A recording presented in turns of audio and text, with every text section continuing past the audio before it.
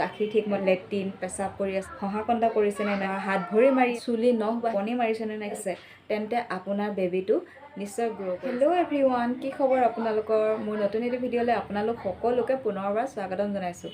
আজি আপোনালোকৰ সৈতে এই ভিডিঅ'টোত মই আলোচনা কৰিম নিউবৰ্ণ বেবী ডেভেলপমেণ্ট এক্টিভিটিছৰ ওপৰত। আপোনালোকে আপোনালোকৰ শিশুটি গ্ৰ' কৰিছেনে নাই, এক্টিভ হৈছেনে নাই, ডেভেলপ হৈছেনে নাই, এই ভিডিঅ'টোৰ পৰা গোটেইখিনি গম পাব। মোৰ শিশুটিৰ পৰা মোৰ যিখিনি এক্সপিৰিয়েঞ্চ হৈছে সেইখিনি আপোনালোকৰ সৈতে শ্বেয়াৰ কৰিম, গতিকে ভিডিঅ'টো শেষলৈ চাব আপোনালোকে। এতিয়া ফাৰ্ষ্ট হৈছে আপোনালোকৰ শিশুটি ডেভেলপ হৈছেনে নাই, গ্ৰ' কৰিছেনে নাই, এক্টিভ আছেনে নাই, কেনেকৈ গম পাব? ফাৰ্ষ্ট হ'ল শিশুটিয়ে ভৰি হাত মাৰি থাকেনে নাথাকে, খেলি থাকেনে নাথাকে, সেইখিনিতো সৰুৰ পৰাই কৰে, গতিকে সেইখিনি কৰি আছেনে নাই সেইটো চাব। নেক্সট হৈছে শিশুটিয়ে ভালকৈ টোপনি মাৰিছেনে নাই সেইটো চাব। টোপনি মাৰিলে শিশুটি ডেভেলপ হৈ আছে বুলি আপোনালোকে গম পাব। তাৰ বাহিৰে পেচাব ক্লিয়াৰকৈ কৰি আছেনে নাই, লেট্ৰিন ক্লিয়াৰকৈ কৰি আছেনে নাই।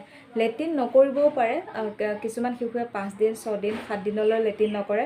7 দিনলৈ লেট্ৰিন নকৰিলেও একো প্ৰব্লেম নাই। যদি 7 দিনতকৈ বাঢ়ি যায় তেতিয়াহ'লে আপোনালোকে ডক্টৰৰ ওচৰত নিব। এইটো মই মোৰ এক্সপিৰিয়েঞ্চৰ পিনৰ পৰা কৈছোঁ। মই আপোনালোকক কৈছোঁৱে যে মোৰ শিশুটিৰ পৰা মই যিমানখিনি শিকিছোঁ সেইখিনি আপোনালোকৰ সৈতে শ্বেয়াৰ কৰিছোঁ। মোৰ শিশুটিয়ে লাষ্ট 8 দিন লেট্ৰিন কৰা নাছিলে, কিন্তু ডক্টৰে কৈছিলে যে 7 দিন যদি লেট্ৰিন নকৰে তেতিয়াহ'লে একো নহয়, সেইটো নৰ্মেল হয়, কিন্তু 7 দিনতকৈ যদি বাঢ়ি যায় তেতিয়াহ'লে লৈ আহিব। 7 দিনত নিয়া নহ'ল মোৰ, দেওবাৰ এটা পৰিলে, দেওবাৰেতো হস্পিটেল বা ডক্টৰবোৰো নাহে, গতিকে 8 দিনৰ দিনাখন লৈ গৈছোঁ মই, সোমবাৰত। তো সেই 8 দিনৰ দিনাখন মানে লেট্ৰিন কৰাইছে ডক্টৰে, ঔষধ দিয়ে লেট্ৰিন কৰাইছে বাৰু, কিন্তু সেই লেট্ৰিনৰ সমস্যাটো শিশুবোৰৰ কমন সমস্যা হয়, গতিকে ভয় খাব নালাগে। 7 দিনলৈ যদি 7 দিনতকৈ বাঢ়ি যায় তেতিয়াহ'লে ডক্টৰৰ ওচৰত নিব। তাৰ বাহিৰে যদিও লেট্ৰিন নকৰে, পেচাব ঘনাই ঘনাই কৰি আছেনে নাই সেইটো চাব, কাৰণ এতিয়া সিহঁতে একো নাখায়, অকল মাকৰ গাখীৰ খায়, গতিকে মাকৰ গাখীৰ পৰা লেট্ৰিন নহ'বও পাৰে। যিকণ গাখীৰ খায় সেইখিনি পেচাবতে ওলাই যায়, গতিকে পেচাব কৰি আছেনে নাই সেইটো লক্ষ্য কৰিব। তাৰ বাহিৰে চুলি নখ সেইবোৰ বাঢ়ি আছেনে নাই সেইটো লক্ষ্য কৰিব, কাৰণ চুলি খুব ঘনাই ঘনাই বাঢ়ি থাকে, দীঘল হৈ গৈ থাকে। আমাৰ বাবুৰ ইয়াত টিকনি ওলমি গৈছে, চুলি কটা নাই যিহেতু।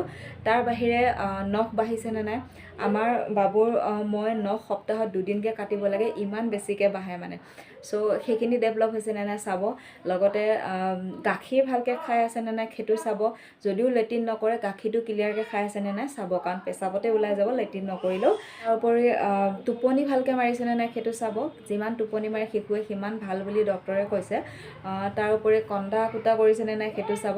এতিয়া বাৰু সিহঁতে প্ৰথম অৱস্থাত মানুহে মাতিলে চাব নোৱাৰে বা হাঁহিব নোৱাৰে, সেইটোতো বাৰু 3 মাহ 4 মাহৰ পৰাহে সেইটো এক্টিভিটিছ আৰম্ভ হয়, কিন্তু সিহঁতে টোপনিতে হহা কন্দা কৰি থাকে, সেইটো চাব আপোনালোকে, যে টোপনিতে সিহঁতে হাঁহি আছেনে নাই, কান্দিছেনে নাই সেইটো চাব। মানুহে মাতিলেতো হাঁহিব নোৱাৰে আৰম্ভণিত, পিছলৈ পাৰিব 3-4 মাহ হ'লে, কিন্তু টোপনিতে সেইখিনি কৰে, সেইখিনি এক্টিভিটিছ কৰি আছেনে নাই সেইটো চাব।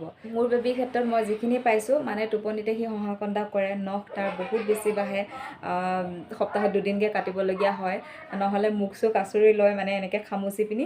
তাৰপিছত আকৌ চুলি বাঢ়ি আছে, ইয়াত দেখিছে একে টিকনি ওলমি গৈছে তাৰ। তাৰপিছত আকৌ সি গাখীৰ ঠিকমতে খাই থাকে, যদিও লেট্ৰিনৰ তাৰ মানে 7 দিনতে কৰে বা 6 দিনতে কৰে, কিন্তু পেচাব খুব ঘনাই কৰে, মানে ইমান যে কাপোৰ ধুব লাগে, কেতিয়াবা লংগুটবোৰ মোৰ গোটেই শেষ হৈ যায়। আকৌ ডাইপাৰ পিন্ধাবলগীয়া অৱস্থা হয় দিনতে, এনেতো মই দিনত ডাইপাৰ নিপিন্ধাওঁ, ৰাতিয়ে পিন্ধাওঁ, আগৰ ভিডিঅ' এটাত কৈছোঁৱে আপোনালোকক, কিন্তু কেতিয়াবা দিনতো পিন্ধাবলগীয়া হৈ যায়, কাৰণ কাপোৰ শেষ হৈ যায় নহয়, আৰু পেচাব কৰা কাপোৰটো থ'ব নোৱাৰি। আৰু মই এনেকুৱা পেচাব কৰা কাপোৰ মানে বতাহত শুকুৱাই পিনে আকৌ ইউজ নকৰোঁ, ধুই দিওঁ মানে তেনেকুৱা, সেইকাৰণে কাপোৰবোৰ শেষ হৈ যায়। তো এইখিনি যদি এইখিনি এক্টিভিটিছ হৈ আছে, যেনেকৈ ক'লোঁ মই, যে গাখীৰ ঠিকমতে খাই আছেনে নাই, লেট্ৰিন পেচাব কৰি আছেনে নাই, হহা কন্দা কৰিছেনে নাই টোপনিতে হ'লেও, বা হাত ভৰি মাৰি আছেনে নাই সেইখিনি চাব।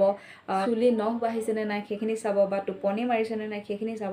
যদি এইখিনি এক্টিভিটিছ হৈ আছে তেন্তে আপোনাৰ বেবীটো নিশ্চয় গ্ৰ' কৰিছে, সেইখিনিৰ পৰা আপোনালোকে গম পাব। তো আজিৰ ভিডিঅ'টোত ইমানখিনি আলোচনা কৰিছোঁ, আৰু তেনেকুৱা মই যিখিনি পাইছোঁ মই সেইখিনি আপোনালোকৰ সৈতে শ্বেয়াৰ কৰিছোঁ। যিসকল পুৰণা মা তেওঁলোকেতো মানে জানে, এইখিনি এক্সপিৰিয়েঞ্চ তেওঁলোকৰ আছে, কিন্তু যিসকল নতুন মা হ'ব গৈ আছে তেওঁলোকৰ কাৰণে এই ভিডিঅ'টো কামত আহিব। কাৰণ তেওঁলোকৰ বেবী হোৱাৰ পিছত মানে কি কিবা এটা এক্টিভিটিজ যদি নকৰে ভয় খাব নালাগে, যিবোৰ কমন হয়।